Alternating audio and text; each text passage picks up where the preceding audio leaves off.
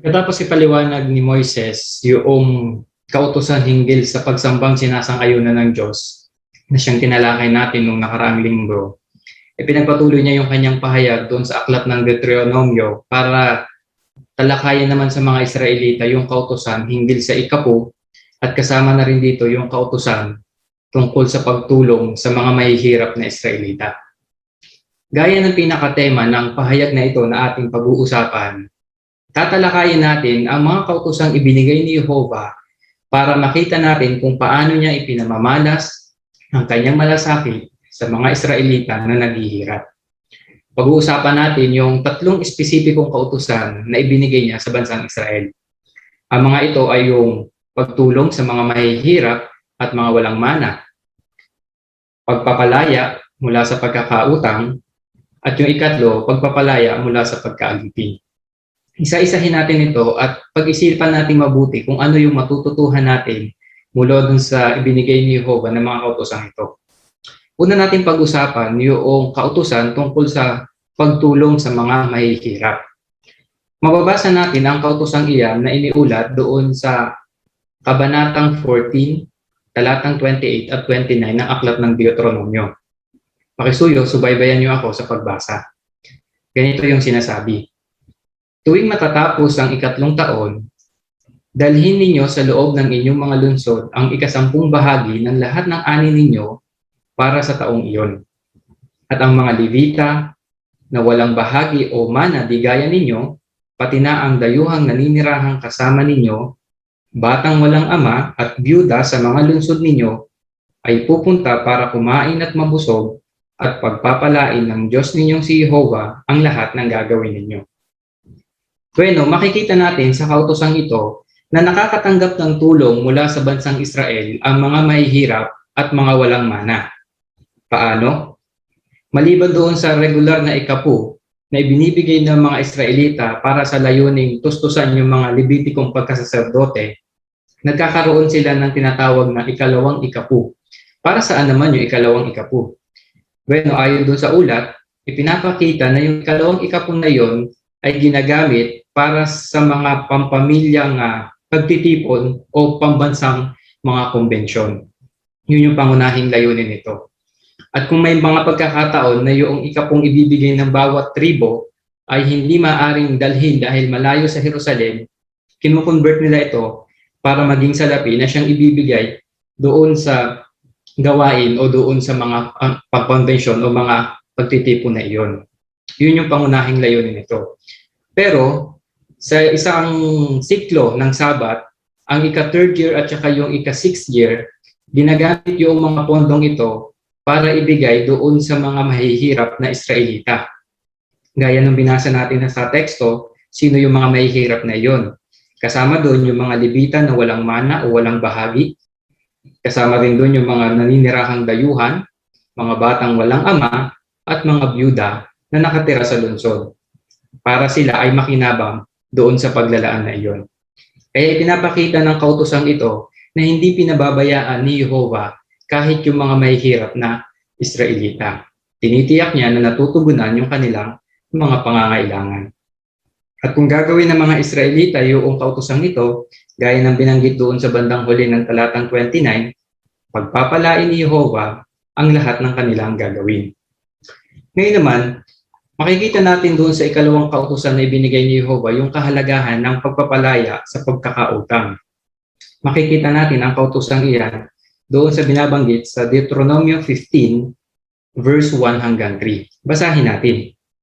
Ganito ang sinasabi.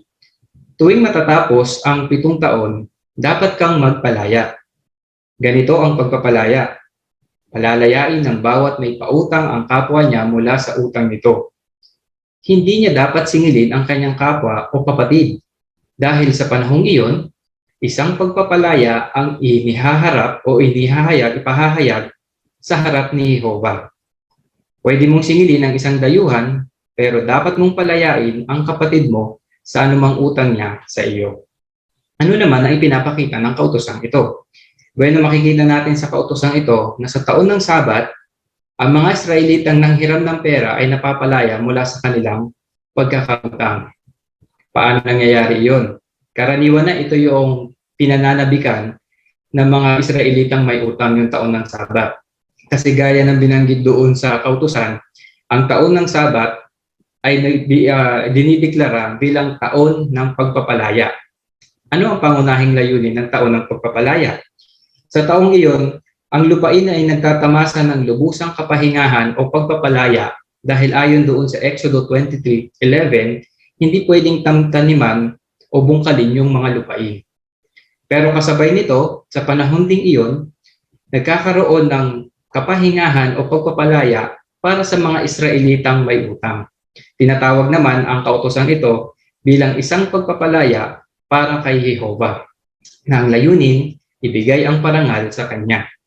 Iba-iba ang pangmalas ng mga mananaliksik tungkol sa bagay na ito. May mga nagsasabi na hindi naman talaga aktwal na kinakansela yung utang ng mga Israelita. Sa halip, nagkakaroon lang sila ng kapahingahan o napapalaya sila pansamantala doon sa kanilang pagkakautang. Pero may mga komentarista rin naman na nagsasabi na yung pagpapalayang ito ay aktwal na kinakansela yung kanilang pagkakautang para hindi na maghirap pa yung mga Israelita na baon sa utang. Pero alin man doon yung kalagayan, ipinapakita ng kautosang ito yung pagmamalasakit ni Jehovah dahil talagang kinukonsider yung kalagayan ng mga Israelitang mahihirap na mayroong utang at nagkakaroon sila ng kapahingahan, diwa napapalaya mula doon sa kanilang sitwasyon. Kaya naman, kapag ginagawa nila ito, gaya ng binanggit sa kautosan, napaparangalan nila ang kanilang Diyos o ang Diyos na Jehovah. Yan yung ikalawang kautusan. Pag-usapan naman natin ngayon yung ikatlong kautusan, ang pagpapalaya mula sa pagkaalipin. Mababasa natin ang kautusan ni Jehovah hinggil sa bagay na ito sa aklat ng Deuteronomio, Kabanatang 15, talatang 12 hanggang 14. Tingnan natin kung ano ang matututuhan natin dito. Ang sabi, kung ipagbili sa inyo ang isa sa mga kapatid mo, isang lalaki o babaeng Hebreo, at naglingkod siya sa iyo ng 6 na taon, dapat mo siyang palayain sa ika-7 taon. At kung palalayain mo na siya, huwag mo siyang paalisin ng walang dala. Dapat kang maging bukas palad sa pagbibigay sa kanya ng anuman mula sa iyong kawan, giikan at pisaan para sa langis at alak. Dapat mo siyang bigyan ayon sa pagpapala sa iyo ni Jehovah na iyong Diyos. Ano naman yung matututuhan natin mula sa kautosang ito? Makikita natin na sa kautosang ito, ang isang Israelita na ipinagbili ang kanyang sarili sa pagkaalipin ay pinalalaya sa ika-7 taon ng paglilingkod niya at binibigyan ng regalo ng kanyang Panginoon. Paano sinusunod ng mga Israelita ang kautosang ito?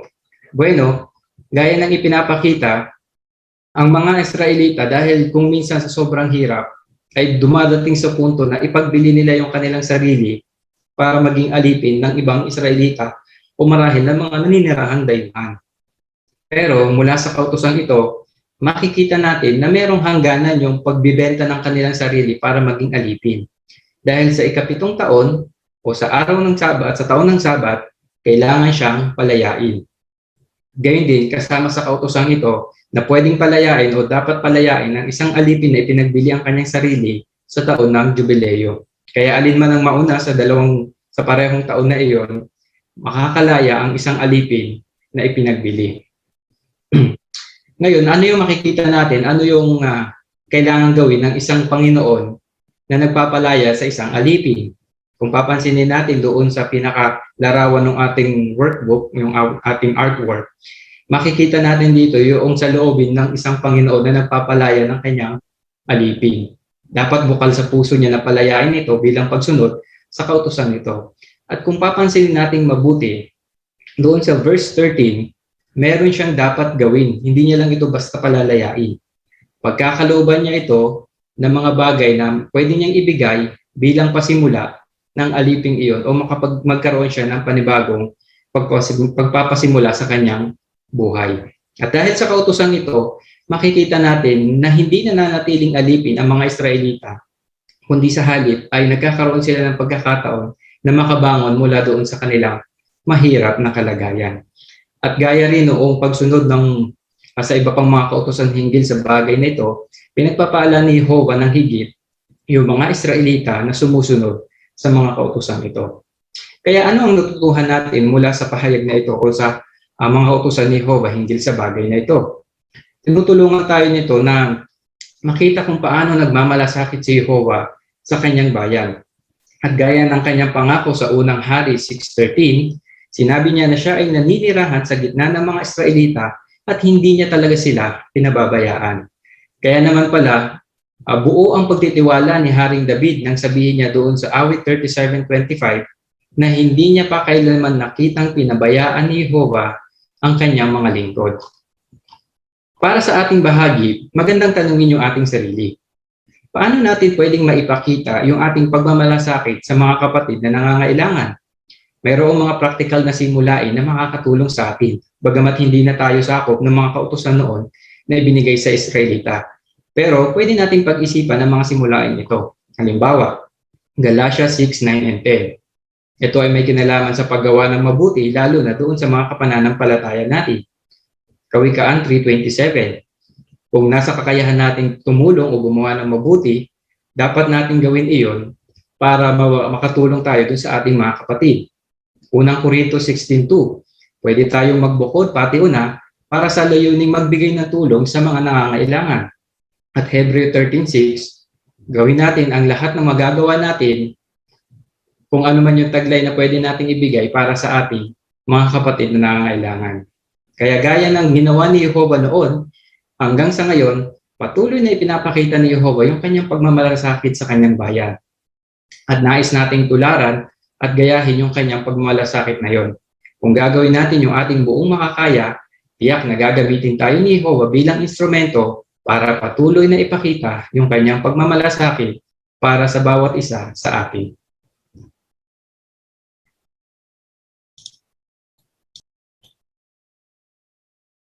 Maraming salamat, Brother Panlapan, sa pagbanggit mo ng bahagi ng kautusan na kung saan ay binabanggit yung mga paglalaan ng Diyos na Jehovah para sa mga mahihirap at kung paano natin ikapit naman ito sa ating panahon. Si kapatid na Clyde Gabriel Barin ay kanyang gagampanan ang paghuhukay ng spiritual na hiyas mula sa Deuteronomio 13 hanggang 15.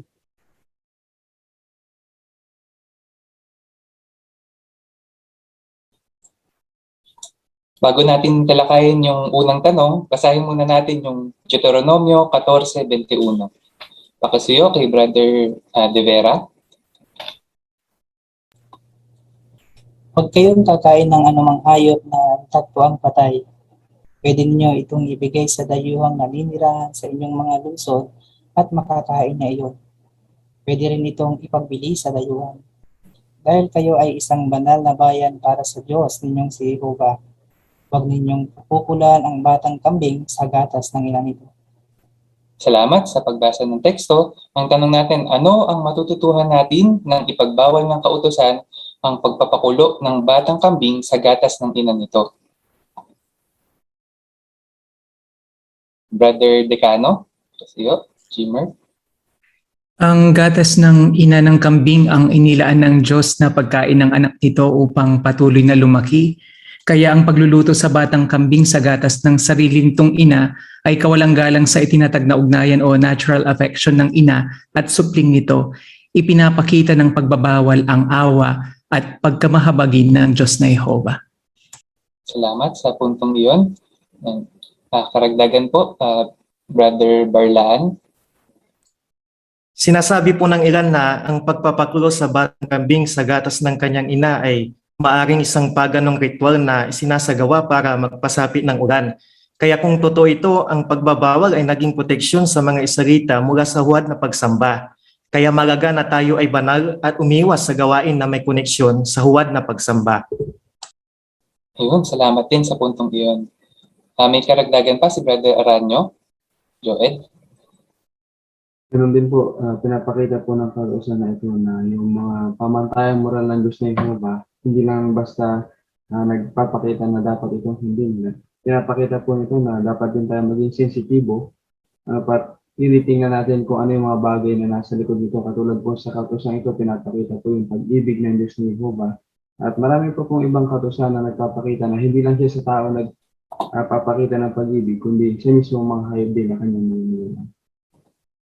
Ayun. Salamat din sa magandang punto na yun na natutuhan natin sa tekstong ito. Dumako naman tayo dun sa inyong mga personal na puntong napahalagahan, dun sa ikalawang tanong, sa pagbabasa ng Biblia para sa linggong ito, anong espiritual na hiyas ang gusto mong ikomento tungkol kay Jehovah, sa ministeryo o iba pa? Una po sa Demesa Couple. Sige po. Napahalagahan ko po ang binabanggit sa Deuteronomio 14:27. Katulad ng mga Levita, pwede ko ding maging bahagi sa Jehovah kung patuloy ko uunahin ang paglilingkod sa Kanya at magtitiwalang paglalaanan ako ni Jehovah. Habang papalapit ang wakas ng mga huling araw, lalo akong kailangang magtiwala sa kakayahan ng Diyos na maglaan para sa akin. Ayun. Salamat po sa puntong iyon. Sunod naman po kay Sister Gorgonia. Janet. Sa chapter 15:10, napahalagahan ko po yung tungkol sa pagiging bukas palad. Hindi po ito basta makapagbigay lang. Binabanggit po ng teksto na dapat ito ay bukal sa puso. Ito man po ay pagbibigay ng material na mga bagay, panahon, atensyon o maging ng lakas po natin. Kaya kung gagawin ko po ito, nangako si Jehovah na pagpapalain niya ang lahat ng ginagawa at pagsisikap ko. Salamat din po sa puntong iyon. Sunod po kay Brother Bahadja. Jason. Ako din po napahalagahan ko po yung Deuteronomio 13:4. Ang totoo, sinamarize po nito yung mga kailangan o dapat nating gawin. Lalo na po yung last part ng talata na dapat tayong mangunyapit kay Jehovah. Ang ibig sabihin, magkaroon ng mas malapit na kaugnayan sa Kanya, maging matalik siyang kaibigan.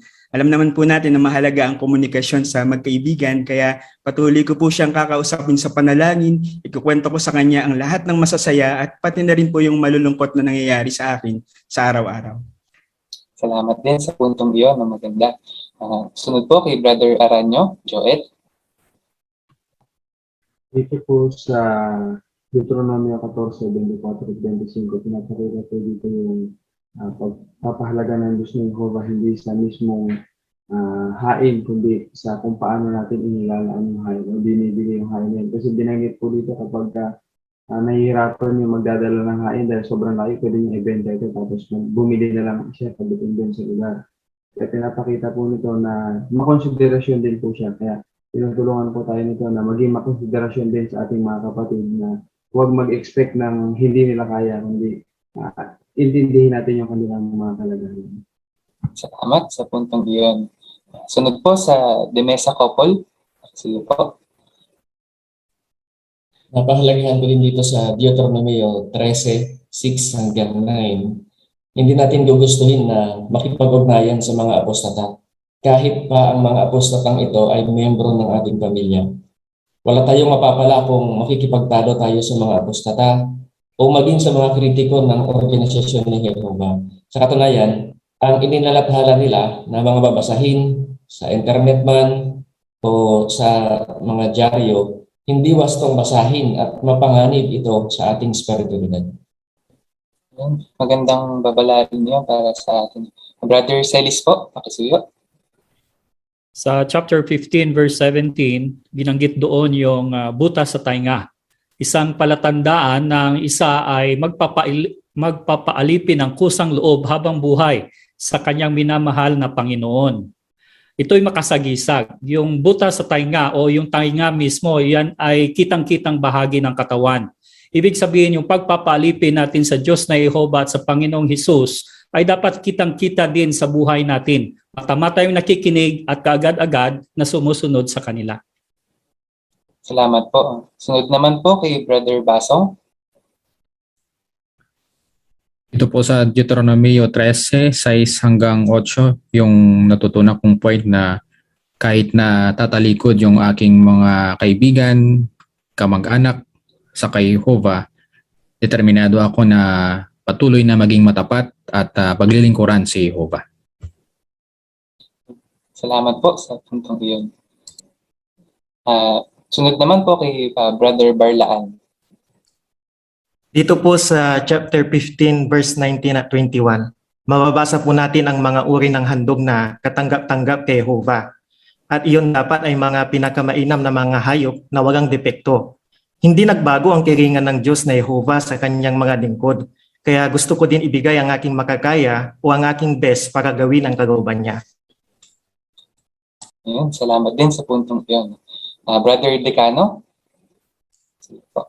Ang utos sa 13 verse 9 na ikaw ang unang bumato para sa nagtangkang magligaw sa iyo kay Jehovah, kahit siya pa yung kadugo, best friend o asawa pa nga, ay nagpapaalala sa akin na maging balanse sa dalawang pinakamatinding emosyon ng tao, ang pag-ibig at puot. Idinidiin sa akin nito ang simulain na ibigin ang mabuti at kapuotan ang masama. Ayun, salamat po. At bilang Brother Celis po, karagdagan po. Sa 15, verse 15, pinaalala ni Jehovah sa mga Israelita noon na sila ay naging alipin sa Ehipto at pinalaya sila. Yung simulang ito ay nagpaalala sa akin na noon dati ako ay alipin din sa mga maling paniniwala. Pero napalaya ako ng Diyos na Jehovah. Sa tuwing naalala ko yon, sumisidhi yung aking pagnanais na tulungan din ang iba na mapalaya sila sa maling paniniwala. Salamat po. At uling komento po sa Demesa Couple. Sa Deuteronomy 14:21, inisa-isa ni Jehovah ang mga bagay na malinis na pwedeng kainin ng mga Israelita. Maliwanag na interesado si Jehovah sa pisikal na kalinisan ng kanyang mga lingkod. Kaya bilang mga lingkod ni Jehovah, pinagsisikapan natin lahat na maging malinis sa pisikal araw-araw. Yun, maraming salamat. At maraming salamat po sa inyo, sa inyong mga spiritual na hiyas na ibahagi sa amin. Maraming salamat, Brother Barin, at ganyan din naman ang mga kapatid na nag-share ng kanilang nahukay na spiritual na hiyas para sa linggong ito.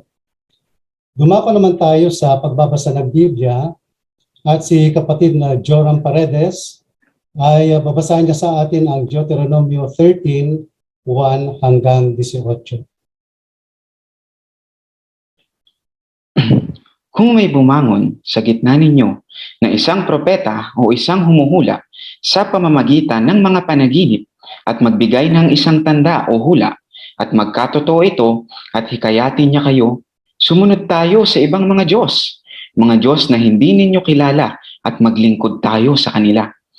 Huwag kayong makinig sa propeta o sa isang iyon na nanaginip dahil sinusubo kayo ng Diyos ninyong si Jehovah para malaman kung iniibig ninyo ang Diyos ninyong si Jehovah ng inyong buong puso at kaluluwa.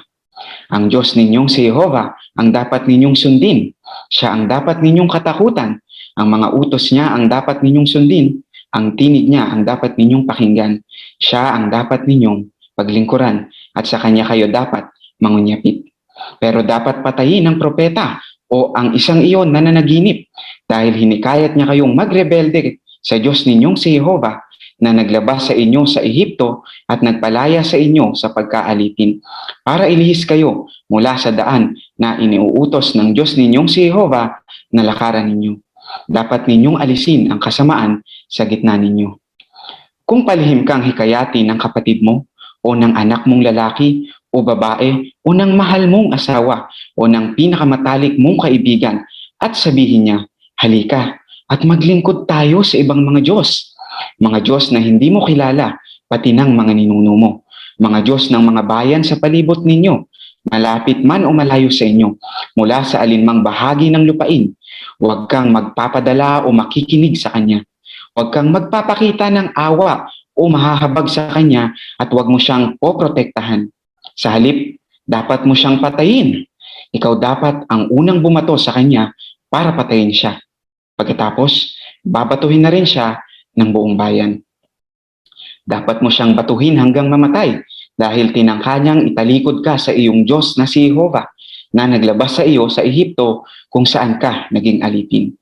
At mababalitaan iyo ng buong Israel at matatakot sila at hindi na nila muling gagawin ang ganitong kasamaan sa gitna ninyo. Kung marinig mo ang balitang ito sa isa sa mga lungsod na ibinibigay sa iyo ng Diyos ninyong si Jehovah para tirhan, may walang kwentang mga lalaki sa gitna ninyo na nagliligaw sa mga nakatira sa lungsod nila at sinasabi nila, Hali kayo at maglingkod tayo sa ibang mga Diyos na hindi ninyo kilala. Mag-imbestiga kang mabuti at magtanong. At kung napatunayan na talagang nangyayari ang kasuklam-suklam na bagay na ito sa gitna ninyo, dapat mong patayin ang mga nakatira sa lungsod na iyon gamit ang espada. Wasakin mo at puksain ang lahat ng naroon gamit ang espada, pati ang mga alagang hayop doon. At tipunin mo sa gitna ng liwasan nito ang lahat ng nasamsam doon at sunugin mo ang lungsod. At ang samsam doon ay magsisilbing isang buong handog para kay Jehovah na iyong Diyos. Iyon ay magiging isang bunto ng guho magpakailanman. Hindi na iyon itatayong muli. Huwag kang kukuha ng anumang bagay na dapat wasakin para maalis ang gaapoy na galit ni Jehovah at magpakita siya ng awa at habag at bigyan kanya ng maraming anak gaya ng ipinangako niya sa mga ninuno mo. Dahil dapat mong sundin ang iyong Diyos na si Jehovah sa pamamagitan ng pagtupad sa lahat ng utos niya na ibinigay ko sa iyo sa ngayon. Sa ganitong paraan, nagagawa mo ang tama sa paningin ng iyong Diyos na si Jehovah. Maraming salamat sa mahusay at malinaw na pagganap po ng iyong atas, Brother Paredes.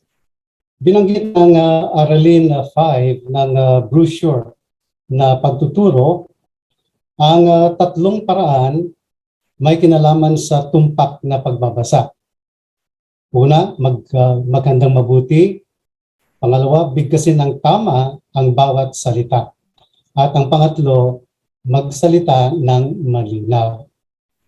Nakikita naman natin na si Brother Paredes ay kanyang pinaghandang mabuti ang kanyang pagbabasa.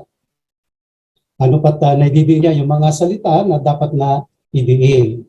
Pagkatapos ay kanyang binigkas ng tama ang bawat salita. Napakaganda ng pacing ng kanyang pagbabasa.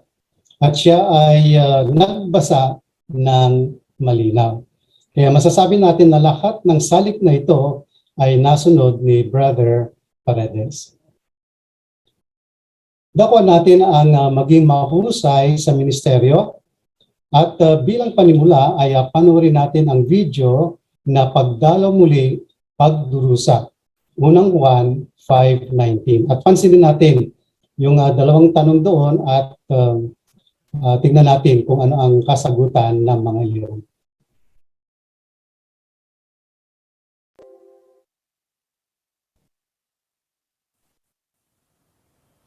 Hi Ian, kumusta ka? Ako nga pala ulit si Francisco. Ako si Sean. Hello, kamusta? Mabuti naman. Nung nakaraan, ang tanong namin ay, bakit kaya tayo nagdurusa? Ito ang sagot ng Biblia sa unang Juan 5:19. Sean, pwedeng pakibasa? Sige. Ang sabi, alam natin na tayo ay nagmula sa Diyos, pero ang buong mundo ay nasa ilalim ng kapangyarihan ng isa na masama. Salamat. Ayon dito sa teksto, sinong kumokontrol sa mundo? Diyos ba o may iba pa? Sabi, isa na masama. Sino? Ang Diablo? Oo. Siyang namamahala sa mundo. Pinapakita ba ng mga nangyayari ngayon na siyang namamahala rito? Oo. Napakaraming krimen at karahasan. Tama ka. Ngayon ay tignan natin yung tanong. Paano gumamit ng tanong ang mamamahayag para ipaliwanag ang teksto? Okay, Sister Gorgonia. Gumamit po siya ng angkop at magkakasunod na mga tanong para maidiin ang mga mahalagang punto. Natulungan po nito ang kausap niya na maabot ang isang makatwirang konklusyon. Simple din po ang mga tanong niya. Yung isa nga po ay nagbigay siya ng mapipilian. Sino ang kumukontrol sa mundo? Diyos ba o may iba pa? Kaya hindi po nahirapan ang kausap niya na sagutin ito. Okay, maraming salamat. Kaya makikita natin na simple lang pagkatapos gumamit din siya ng viewpoint question. Ngayon ay ating ituloy yung panonood ng video.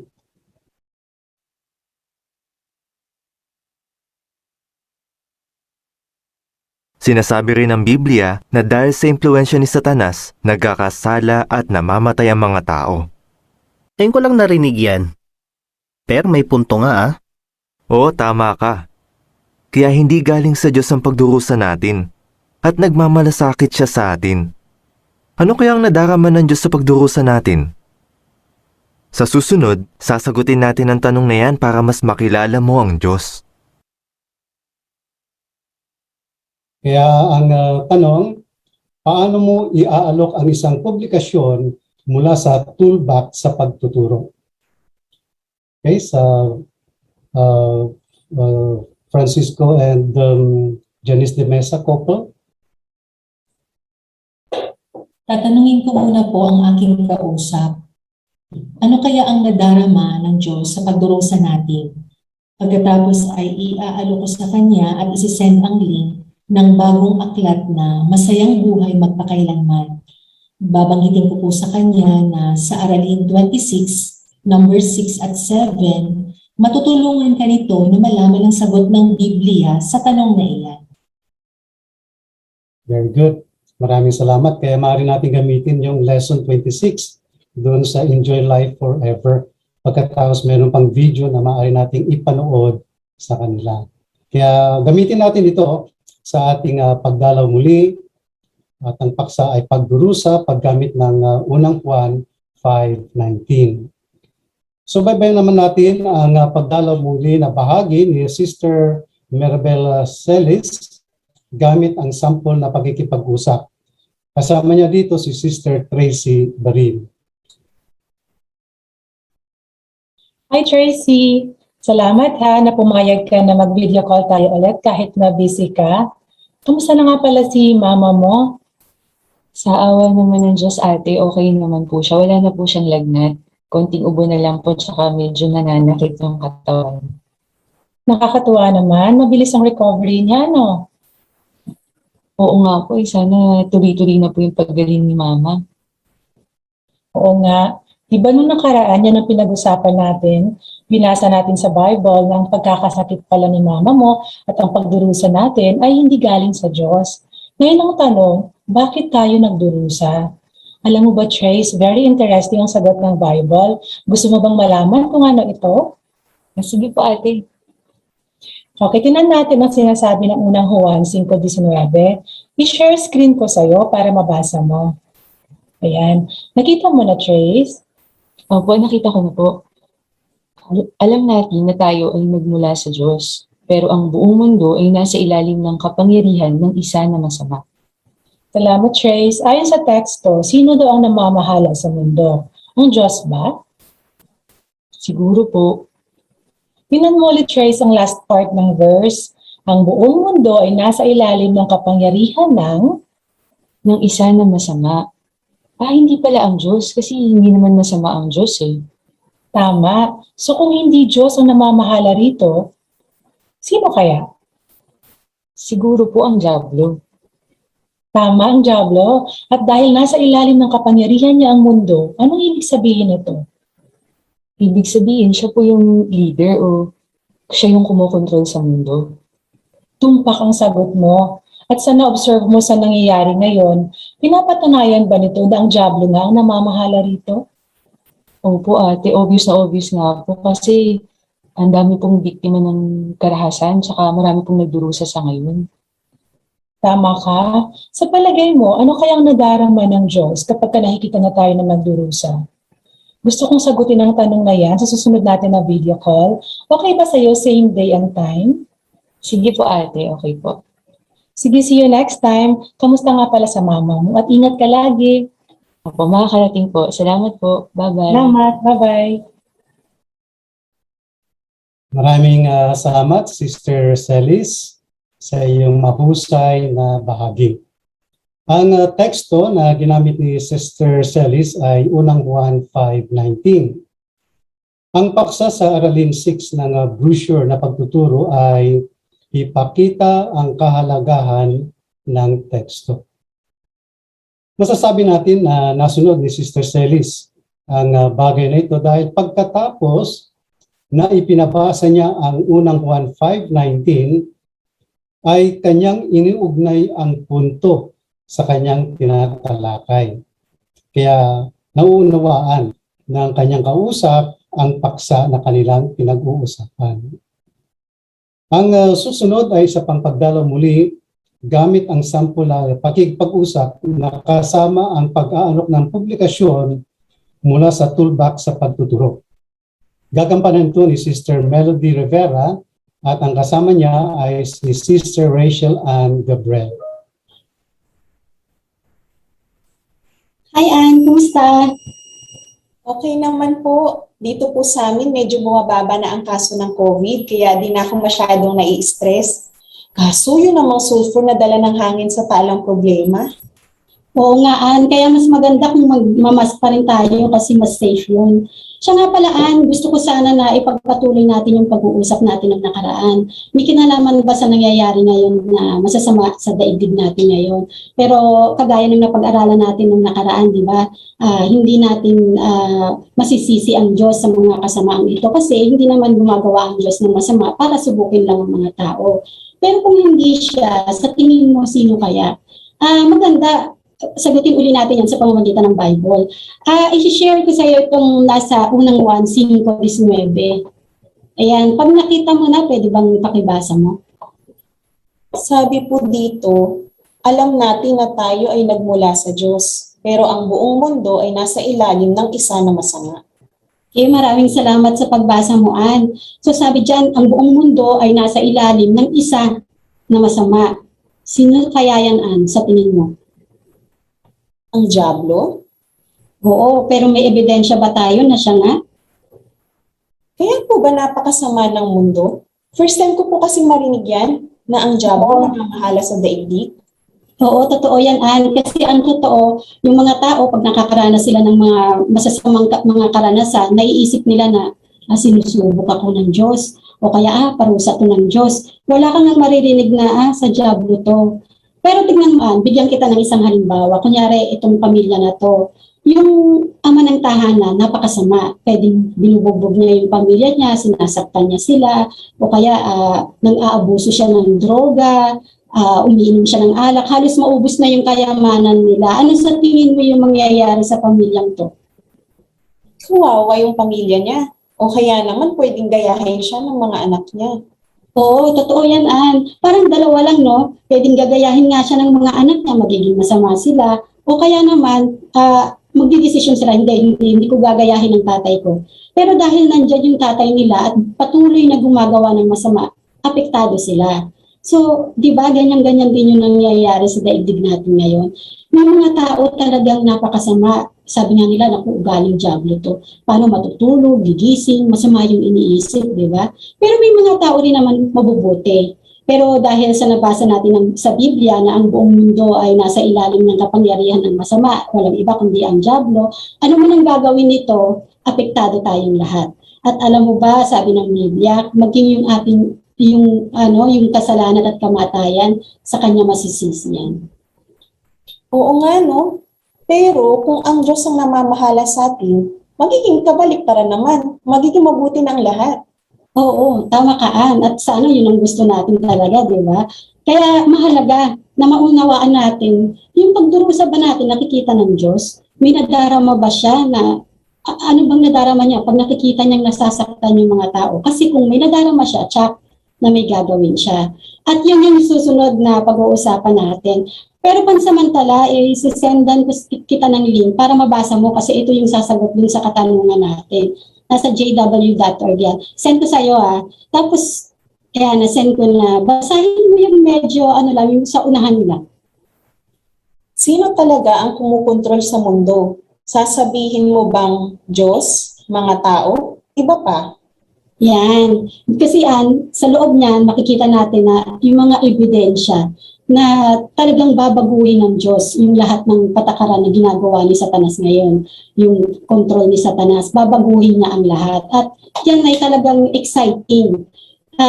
Kaya okay lang ba sa'yo na sa ganitong araw at oras, ituloy natin yung pag-uusap natin? Sige po. Okay, maraming salamat sa pagbibigay mo ng time, Ann. Salamat. Thank you din po. Maraming salamat sa mahusay na pagganap mo ng iyong bahagi, Sister Rivera. Ginampanan ni Sister Rivera ang bahagi niya sa masiglang paraan. Yan ang binabanggit ng Aralin 11 ng Grusyo na pagtuturo. Magsalita ng masigla para mapakilos ang kausap. Kaya makikita naman natin siya ay masigla at naididiin yung punto na nais niyang sabihin.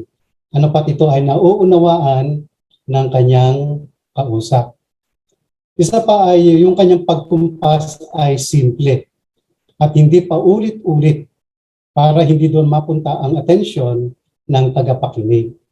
Kaya maraming salamat, Sister Rivera, sa iyong bahagi. Ngayon ay bago tayo magpatuloy sa huling bahagi ng ating pulong na ang pamumuhay bilang Kristiyano, kantahin natin ang awit 7 at ang pamagat ay Jehovah aming lakas, batay sa Isaias 12:2.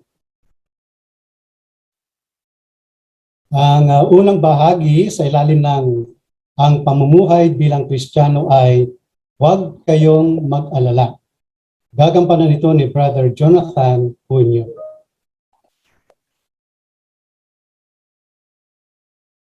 Pag may pinagdaraanan tayong problema o kahirapan sa buhay, pagkatapos ay sabihan tayo ng isang malapit na kaibigan, huwag kang mag-alala. Para bang sinasabi niya na, ako bahala, sagot kita. Anong epekto nun sa atin? Hindi ba nakakagaan yun ng ating damdamin? Si Jehovah ay marunong tumulong sa kanyang bayan. Hindi lang basta isang kaibigan, kundi isang maibiging ama.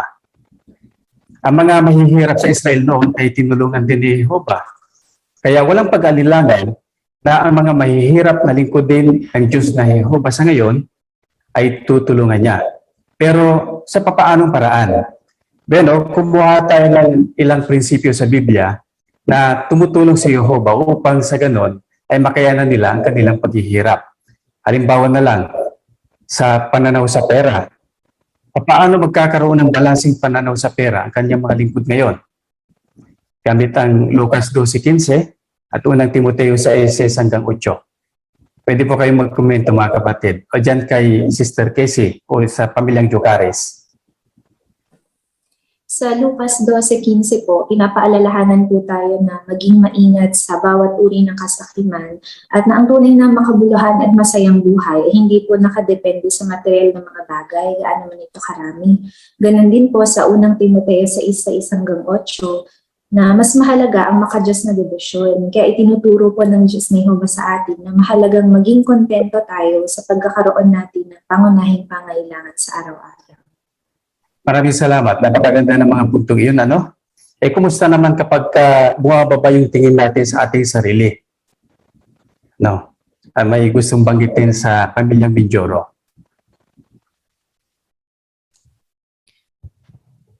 May mga taong mahirap na dahil sa kalagayan nila sa buhay ay nawawala ng paggalang sa sarili. Baka iniisip nila na mababa ang tingin sa kanila ng iba.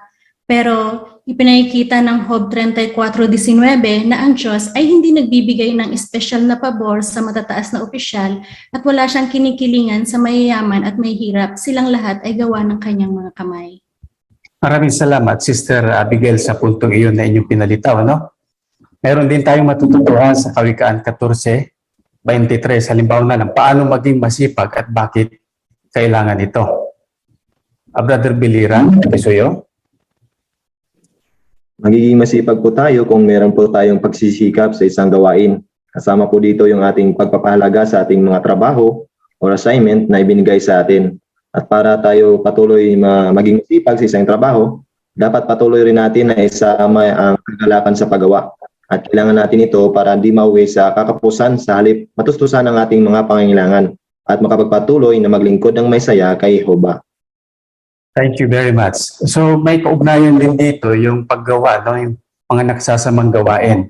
Halimbawa na lang, ano yung prinsipyo na makikita natin sa Kawikaan 20:1 at saka doon sa 2 Korinto 7:1 para makaiwas sa nakasasamang gawain. Sister Rosario, pakisuyo. Samantalahin po natin ang mga paglalaan ni Jehovah sa ating mga pagpupulong upang mapatibay ang ating espiritualidad. At para titibay ang ating kaugnayan kay Jehovah, ipanalangin natin kay Jehovah ang ating mga kahinaan para malabanan natin ang mga masasamang gawain. Maraming salamat. So, andyan yung mga nakikita natin na hindi ka nais-nais na mga gawain.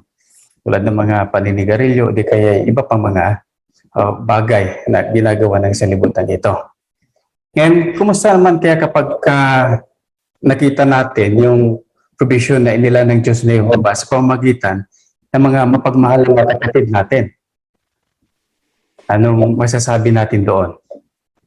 Kanina ay may tinalakay din may sa bagay na ito, no? Doon sa unang bahagi. Diyan sa pamilyang Mindoro, pakisuyo. Nabanggit sa Juan 13:35 na ang pag-ibig ang pagkakakilanlan ng mga tunay na Kristiyano. At sa unang Juan 3:17-18, hinihimok ng mga Kristiyano na magpakita ng pag-ibig hindi lang sa salita kundi sa gawa. Kaya nga binanggit dito na kung sino man ay may material na pangailangan tapos hindi tutugon o papakita ng habag yung isa na yun, paano masasabi na may pag-ibig tayo? Kaya talagang makakaasa tayo na pwedeng gamitin ni Jehovah ang mapagmahal ng mga kapatid natin para tulungan ang mga mahirap nating kapatid na nangangailangan. Maraming salamat sa puntong iyon, Brother Mindoro. At hindi lang yan, may pag-asa din na ibinibigay ng Diyos na Jehovah. Pero ano ba yun? Ano ba yung pag-asa din na binibigay sa atin? Sa pamilyang Mindoro ulit, pakisuyo. Kung sa ngayon nga po ay problema ng mga mahihirap ang tirahan at pagkain, pero gaya nga po ng binabanggit sa Isaiah 65:21-23, na sa bagong sanlibutan, magtatayo sila ng sariling bahay at magkakaroon sila ng saganang pagkain. Napakagandang pag-asa yun. Maraming salamat, Sister Mindoro. Kung titingnan natin ang mga pananalita ng ating Panginoong Hesus, na matatagpuan dito sa Mateo 6:31 hanggang 33, ay makikita natin yung kasiguruhan. Sa totoo lang, binanggit niya dito na huwag kayong mag-alala. Na ito rin yung ating tinatalakay sa ngayon. Doon sa talatang 31 ay makikita natin yan. At bakit? Binanggit niya dito sa 32 na alam ng inyong Ama sa langit na kailangan ninyo ang lahat ng ito.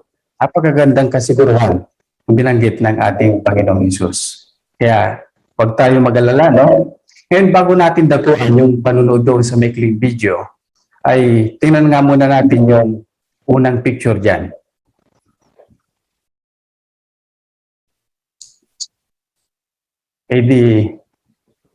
Ano ang epekto ng tulong ni Jehovah at ng hindi pag-alala? Ayon dito sa nakikita natin sa picture, Sa pamilyang Mindoro, pakisuyo. Makikita natin dyan sa picture ang isang pamilyang saksi. Sa lugar kung saan sila nakatira, talagang makikita natin na mahirap ang estado nila sa buhay. Lalakad lang sila papunta sa pulong o baka mag-commute lang. Pero dahil sa tulong ni Jehovah, hindi nila hinahayaan na ang kahirapan, yung pag-alala sa buhay ay makahadlang sa kanilang pagdalo sa mga pulong at pati na rin sa paggawa o pagganap ng kanilang spiritual na mga gawain. Maraming salamat. Ngayon ay dakuan natin yung video at pagkatapos nito ay talakayin natin ang mga susunod na bahagi ng mga tanong. Pakisuyo sa video.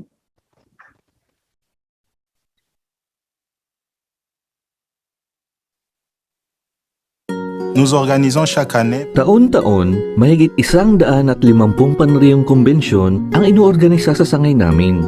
Ang ilang kumbensyon ay 50 kilometro o higit pa mula sa mga kongregasyon. At mahirap lang ang mga kapatid. May mga naglalakad ng 2 araw o higit pa para makarating sa kumbensyon. Karaniwan na, hinihilingan ng komite ng kumbensyon ang lokal na mga elder na tanungin ang mga pamilyang nakatira sa malapit kung pwede silang magpatuloy ng mga kapatid na dadalo sa kumbensyon. Pero ang problema, mahirap lang din ang mga pamilyang to.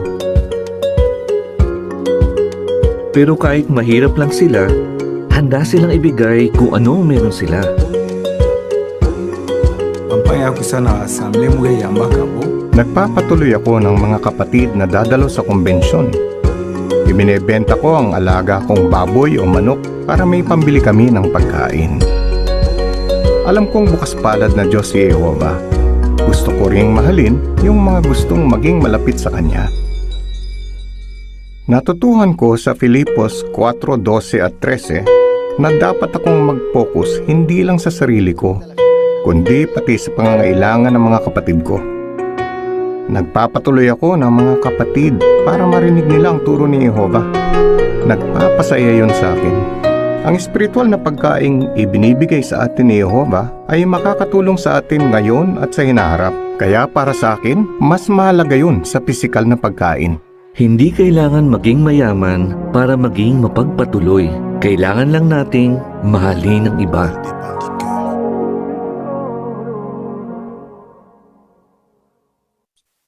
Napakaganda ng video yun. Ngayon, takwa natin yung ilang tanong dito. Paano naging mapagpatuloy sa mga kapatid na nakatira sa malayo, ang mga kapatid na nakatira malapit sa lugar ng convention? Sa pamilyang Jucares, Pakisuyo. Kahit nga mahirap lang ang mga kapatid sa Congo, handa silang ibigay kung ano ang meron sila. Tulad ni Brother Medemo na nagpapatuloy sa mga kapatid tuwing convention, ibinibinto pa nga niya ang mga alaga niyang baboy at manok para may makain sila. Nag-focus siya hindi lang sa sarili niya, kundi sa pangangailangan ng iba at mas masaya siyang gawin iyon. Maraming salamat. So, binggit yung doon sa D1 ng Filipos 4:12-13, no? Na binanggit ni Brother Medemo. Meron pa kayong gustong banggitin? Ano ba yung kalagayan ng mga kapatid doon sa Congo na nagko-convention? Gaano sila kalayo? At ilang araw naglalakad yung iba pa nga? Para makita natin yung senaryo.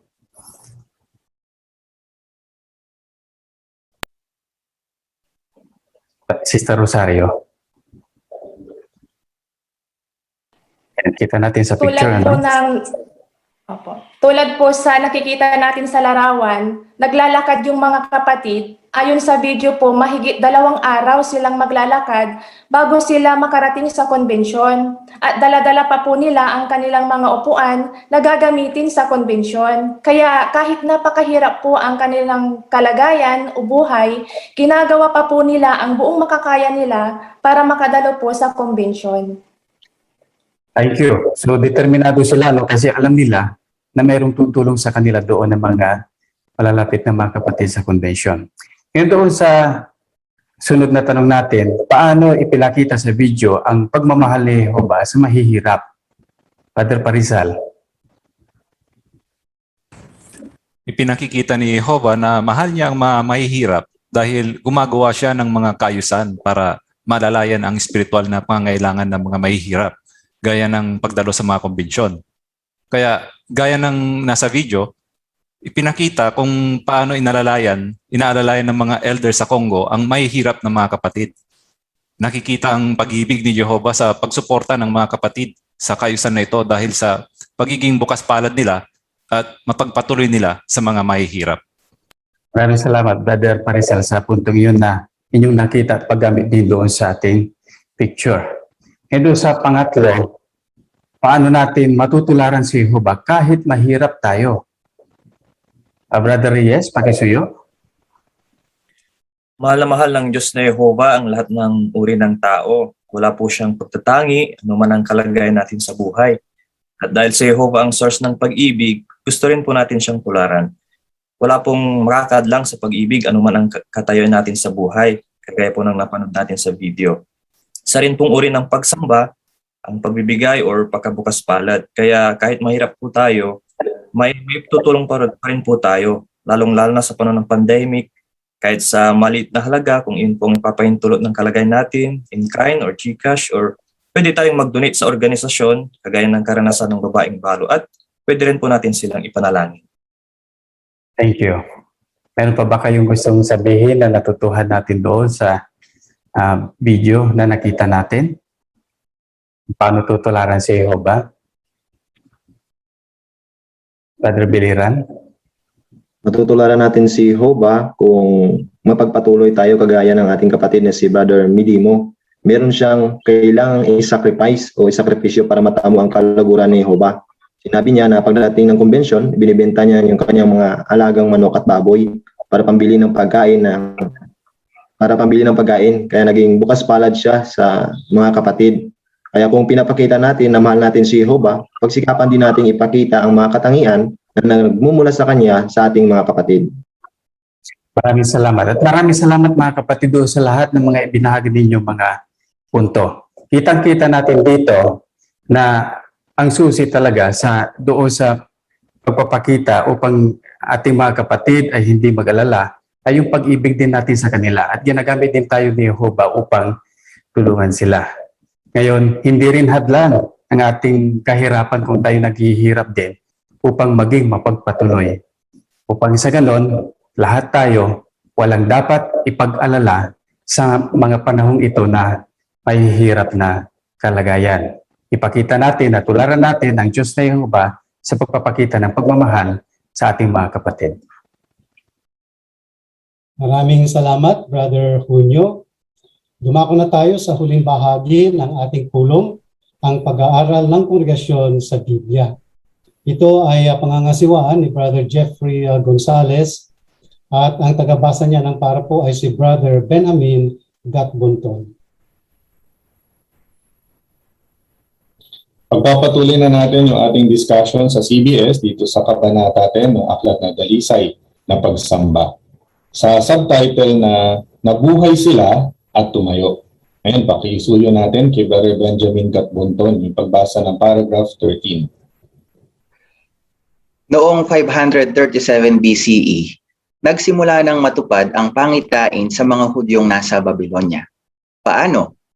Binuhay sila ni Jehovah at itinayo ng palayain niya sila at ibalik sa Israel. Umalis sa Babylonia ang 42,360 Israelita at mga 7,000 di-Israelita para muling itayo ang Jerusalem at ang templo nito at para tumira sa lupain ng Israel. Pagkaraan ng mga 70 taon, mga 1,750 tapon ang sumama kay Ezra pabalik sa Jerusalem. Sa kabuuan, mahigit 44,000 Hudyo ang bumalik, isang ang napakalaking hukbo. Isa pa, pinapakita ng salita ng Diyos na bumalik din sa Israel at tumulong sa muling pagtatayo ng templo ang mga kabilang sa 10 tribong kaharian, ang mga inapo ng mga ipinatapon ng Assyria noong ika-8 siglo BCE. Bago sa question A, sino po ang gusto mag-volunteer sa pagbasa ng Ezekiel 37:10 at 14?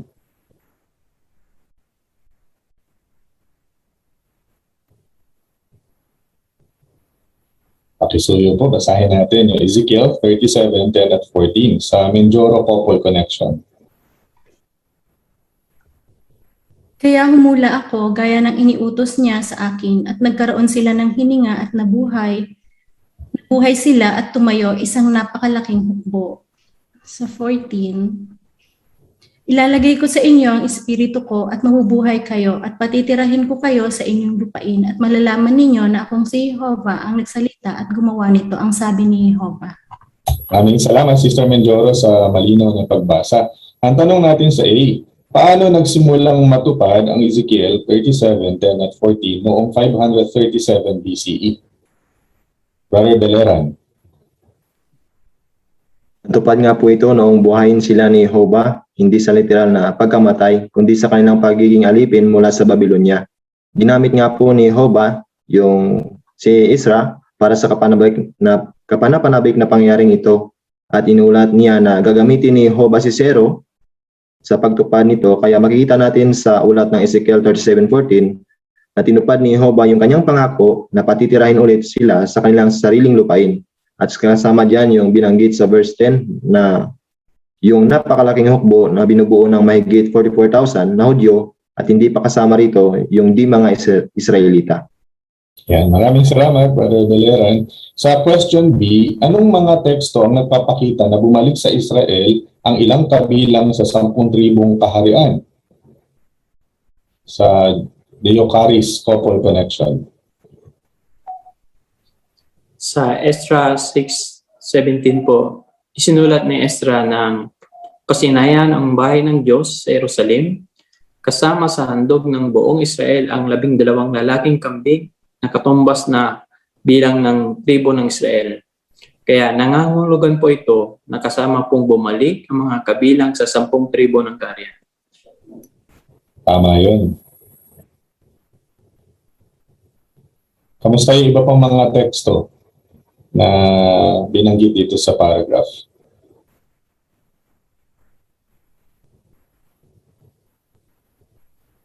Enjoro connection? Doon naman sa Ezekiel 36:10, sinabi ni Jehovah na palalaki niya ang buong sambahayan ng Israel at ang mga lungsod ay titirhan at ang mga wasak ng mga bahagi ay muling itatayo. Tama po yun, Brother Menjoro. At ganun din ang binabanggit sa unang Kronika 9:3 at Jeremiah 33:7. Dito na tayo ngayon sa paragraph 14.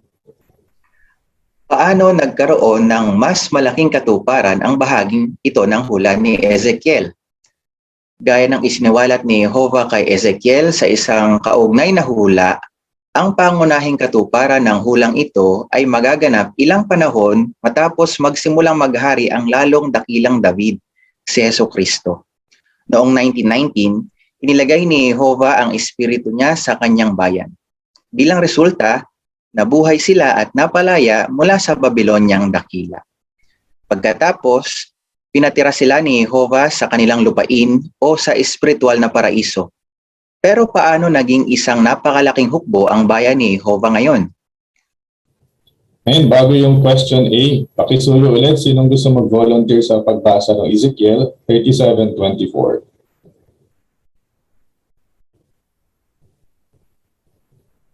Sa connection po ng mga Deocaris. Ang lingkod kong si David ang magiging hari nila at magkakaroon sila ng iisang pastol. Isasagawa nila ang mga hudisyal na pasya ko at susundin ang mga batas ko. Maraming salamat sa pagbasa, Sister Deocaris. Sa question A, paano makakatulong sa atin ang Ezekiel 37:24 para malaman kung kailan naganap ang pangunahing katuparan ng hula? Brother Parizal.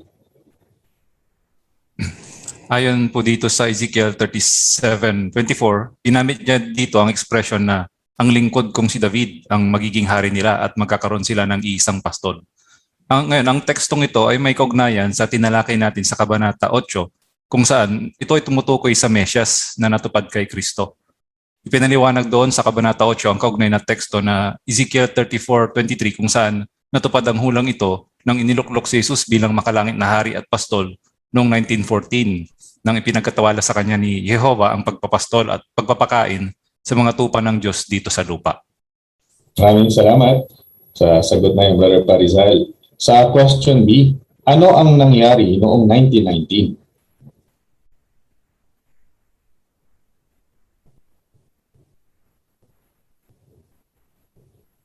Brother Reyes.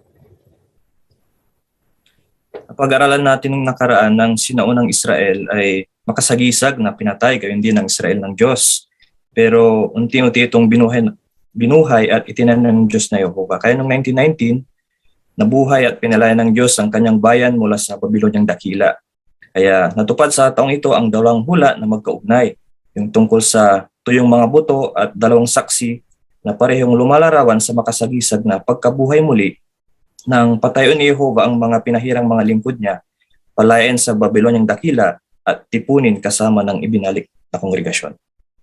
Maraming salamat, Brother Reyes. Ngayon, i-consider natin yung kahon na tuyong mga buto at dalawang saksi, ano ang kaugnayan nila.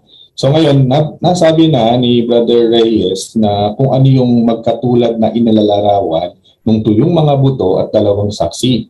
Doon sa kahon, ano naman daw yung mahalagang pagkakaiba pagdating sa katuparan ng dalawang hulang ito?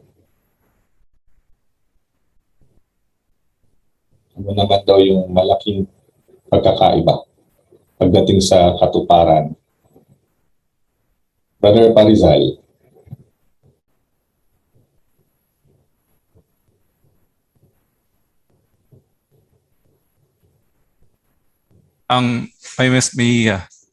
May isang mahalagang pagkakaiba pagdating sa katuparan ng dalawang hulang ito. Ang hula tungkol sa tuyong mga buto ay tumutukoy sa pagkabuhay ng lahat ng natitirang pinahiran. Pero ang hula tungkol sa dalawang saksi ay tumutukoy sa pagkabuhay ng ilang natitirang pinahiran ng Diyos. Ang mga nangunguna sa organisasyon at inatasan bilang tapat at matalinong alipin. Tama yan, Brother Parizal.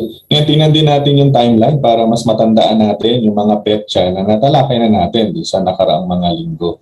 Halimbawa, kailan namatay o yung tumutukoy dun sa natuyo yung mga buto at pati na rin yung sa dalawang saksi.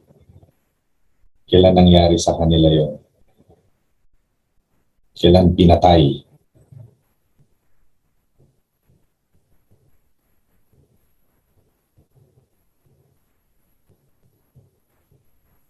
Brother and Sister Leocaris. Binabanggit po dito na ito po ay nangyari mula noong 2nd siglo CE patuloy. Tama. At sa dalawang saksi, kailan naman yun natupad? Kailan sila makasagisag na pinatay?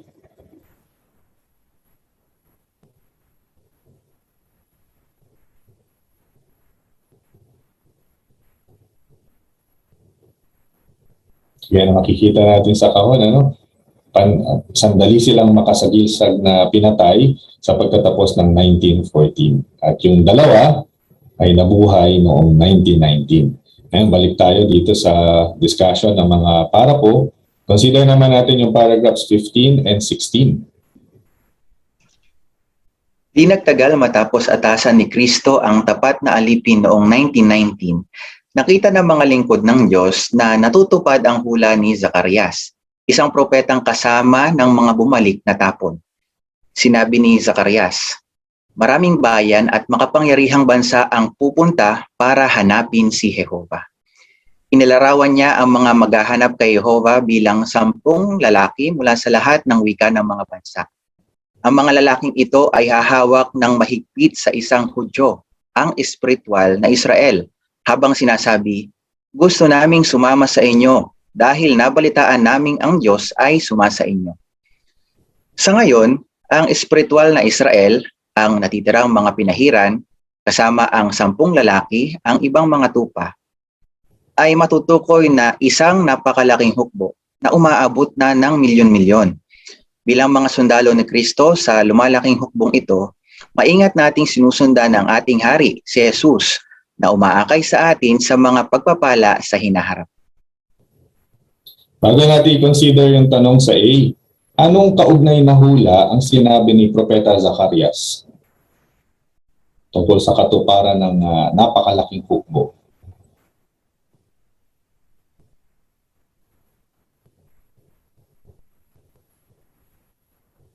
May mahalaga kasing detalye na sinabi si Propeta Zacarias na may kaugnayan pala doon sa katuparan ng napakalaking hukbo sa ngayon. Medyo connection?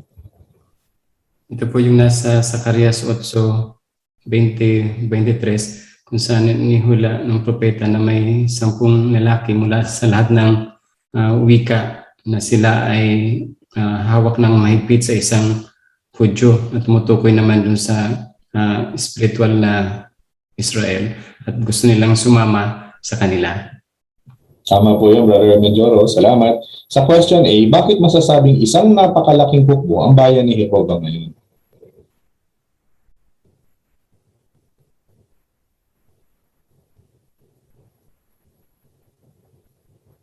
Ano natin nakikitang natutupad ito ngayon? Brother Denzel Reyes. Kung papansinin po natin, ang largest army ngayon sa mundo ang China, pero ang army lang nila ay mahigit 2 million lang. Pero ang mga saksi ni Jehovah ngayon, mahigit 8.6 million publishers. Ang mga nabautismuhan nung nakaraan ay mahigit 241,000 na equivalent no ng 600 araw-araw ang nagpapabautismo. Kaya talagang isang napakalaking hukbo ito. Maraming salamat, Brother Reyes.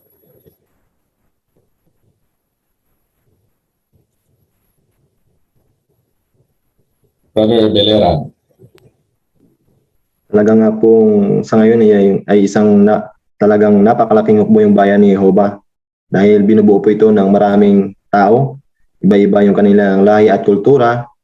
Di gaya ng isang bansa na pinumunuan ng tao, limitado lang yung lahi nito na kabilang sa bayang ito. Di gaya ng organisasyon ni Jehovah sa ngayon, maraming kultura, iba-iba yung races at ang kabilang dito, kaya masasabi natin isang napakalaking hukbo yung bayan ni Jehovah. Salamat, Brother Rojun Veleran. Ngayon, meron mga binanggit na teksto sa dulo ng paragraph 16. Sinong gustong pumili ng isa sa mga tekstong to, tapos ipakita natin, highlight natin yung magandang point o matututunan natin sa mga tekstong yun.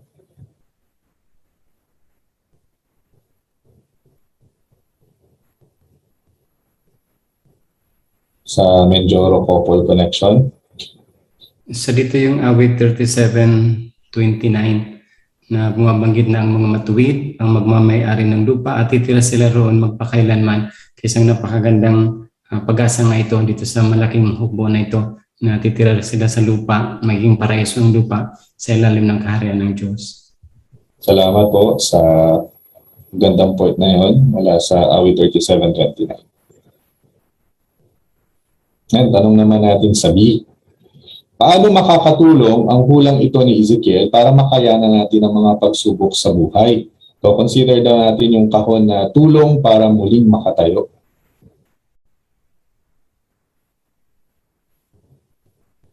Brother Parizal.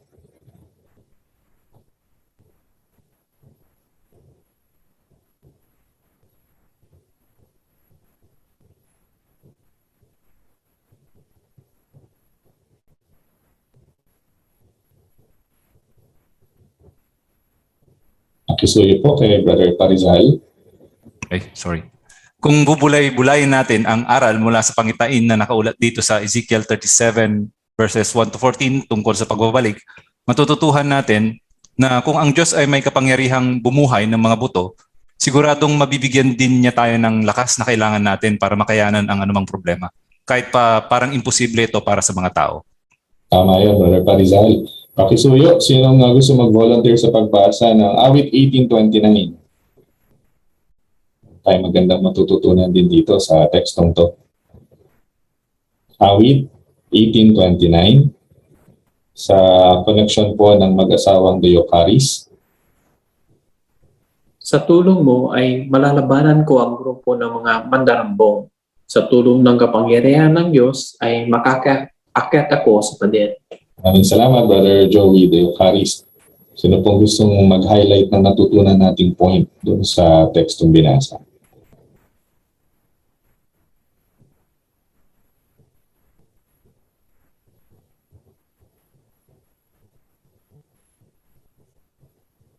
Deocaris connection. Natutunan ko po dito na minsan po kasi may mga problema o mga hamon sa buhay na minsan hindi na po natin kaya. Parang sa diwa ay kalaban natin yung mga grupo ng mga mandarambong. Kung sa sarili lang po nating lakas, hindi po tayo magwawagi. Pero sa spiritual na diwa, ang Diyos na Jehovah po, kaya niya tayong suportahan at tulungan. At gagawa po natin yung mga bagay na hindi natin kaya sa tulong po ng kanyang banal na espiritu. Tama yun. Tingnan nga natin yung picture. Yung unang picture dun sa kahon. Pwede ba natin bigyan ng interpretasyon kung ano ba yung sitwasyon ng may edad na brother? Sister Rosario. Ayon po sa larawan, yung brother may katabi po siyang tungkod. Marahil matagal na niyang tinitiis yung kahinaan niya sa paglalakad dahil sa katandaan na rin. At marahil nalulungkot din siya sa pagkawala ng mahal niyang asawa dahil makikita natin sa larawan, may picture po silang dalawa po dyan. Pero po, nung nabasa po niya yung pangitain ni Ezekiel na may kapangyarihan po si Jehovah na bumuhay ng mga buto, naisip din niya na bibigyan din siya ng lakas ng loob para makayanan niya ang sakit po niya at napatibay din po siya na kaya din niyang buhayin yung kanyang mahal na asawa. Salamat, Sister Rosario. At ano din ang matututunan natin sa sinabi ni Moises sa Deuteronomio 33:27?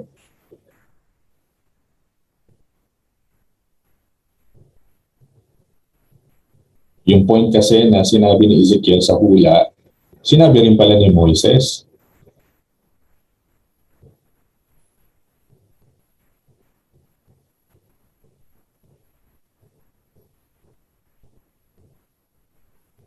Brother Menjoro? Binanggit dito na ang Diyos ay kanlungan mula pa ng unang panahon. Mga kasuporta sa iyo ang walang hanggang mga bisig niya.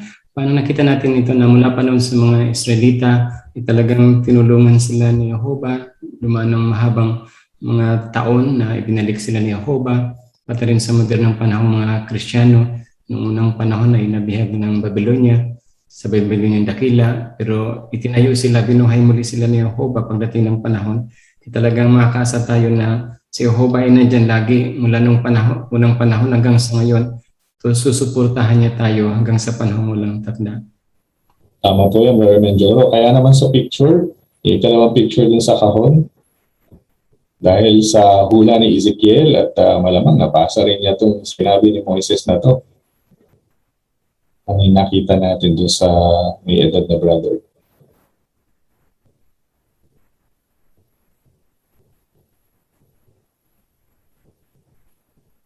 Brother Beleran.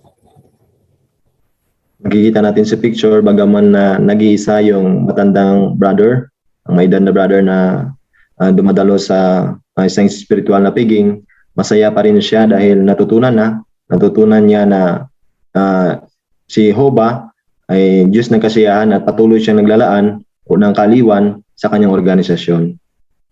Salamat, Brother Beleran.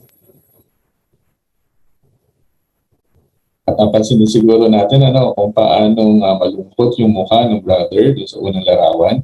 Pero dahil sa tulong ng lakas na nagmumula kay Jehovah, at dahil na rin sa pag-consider niya ng mga hula ni Ezekiel, particularly itong chapter 37, napatibay siya, muling sumaya at lumakas habang hinihintay niya yung katuparan ng mga hula ng kaharian ng Diyos. Ngayon dito na tayo sa last paragraph natin, 17. Dahil sa pagbabalik na ito ng dalisay na pagsamba, magkakaroon ng mahalagang pananagutan ang bayan ng Diyos. Ano iyon? Para masagot iyan, suriin natin sa susunod na kabanata ang atas na natanggap ni Ezekiel mula kay Jehovah bago pa mawasak ang Jerusalem. Maraming salamat, Brother Ponton, sa mahusay mong paglilingkod sa amin bilang paragraph reader. Tanong natin sa 17. Ano ang susuriin natin sa susunod na kabanata?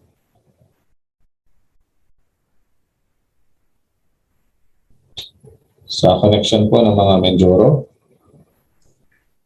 Susuriin nga po sa susunod na kabanata yung atas na natanggap ni Ezekiel mula kay Jehovah bago pa mawasak ang Jerusalem. Maraming salamat, Sister Menjoro. Ngayon, i-review natin yung buong chapter 10. Ito yung mga tanong. Ang una, bakit sinabi ng mga tapon sa Babylonia na tuyo ang mga buto nila?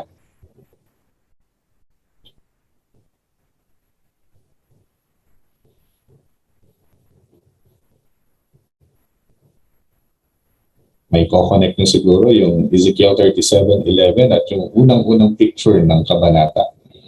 Sister Rosario.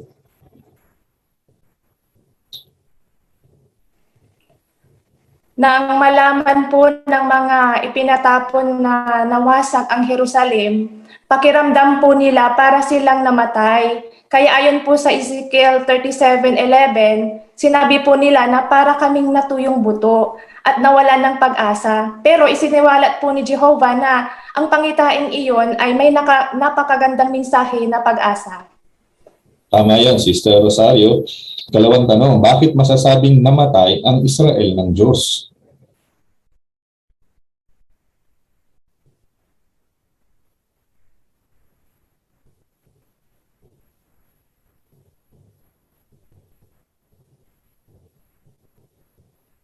Brother Beleran? Masasabi nga po na namatay ang Israel ng Diyos dahil nabihag po sila ng napakatagal ng Babyloniang dakila, ang imperyo ng huwad na reliyon, katulad nga ng panirang damo o huwad na Kristyano na dungisan ng kongregasyon ng Diyos noong ikalawang siglo CE na tumagal naman ng maraming siglo. Tama yun. Yung ikatlong review question, paano unti-unting ibinalik ang Israel ng Diyos at kailan sila nabuhay? Doon muna tayo sa paano unti-unting ibinalik ang Israel ng Diyos. Hindi kayo mag-highlight ng paisa-isang punto. Brother Parizal. Meron tayong chart sa kahon 10A na kung saan nandito yung tungkol sa unti-unting pagbalik, kung paano unti-unting binalik ang dalisay na pagsamba. Kung saan yung unang event ay nung may kumakalampag. Ito ay nangyari nung sinali ni William Tyndale at ng iba pa ang Biblia sa Ingles at sa iba pang wika. Tama, ano? Salamat, Brother Parizal. At kasunod nun, mga ika-19 na siglo na, CE. Sister Rosario. At noong ibinalik ni Charles T. Russell at ang mga kasamahan niya ang mga katotohanan ng Biblia, napatibay ang bayan ng Diyos, kaya para bang may mga litid at laman yung mga buto. Tama yun. At pagkatapos na noon, nasa na yung focus nila? Anong gawain na?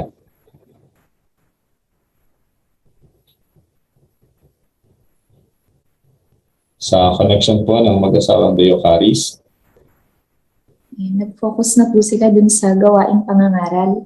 Dito na nga po natupad yung ula na nabuhay sila at tumayo noong 1990 nung linisin na po ng Panginoong Hesus yung spiritual na templo. tama po yung Sister Joanna. Yung ika-4 na review question, anong nadarama mo dahil kabilang ka sa napakalaking hukbo sa hula ni Ezekiel? So personal po yung tanong. Sister Rosario.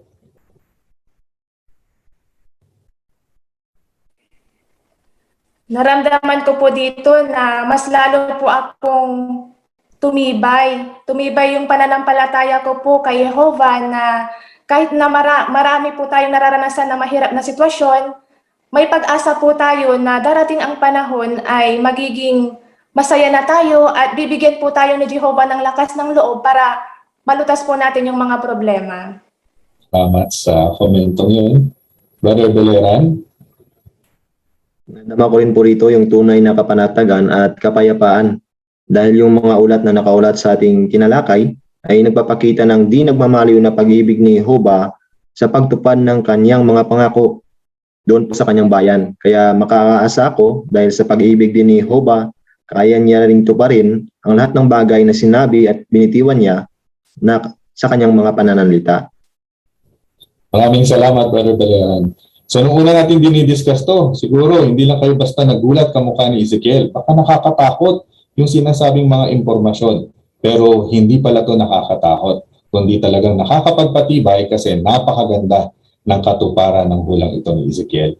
Sa susunod, excited na tayo sa discussion ng Kabanata 11 ng Aklat na Dalisay na Pagsamba. Balik tayo sa Chairman.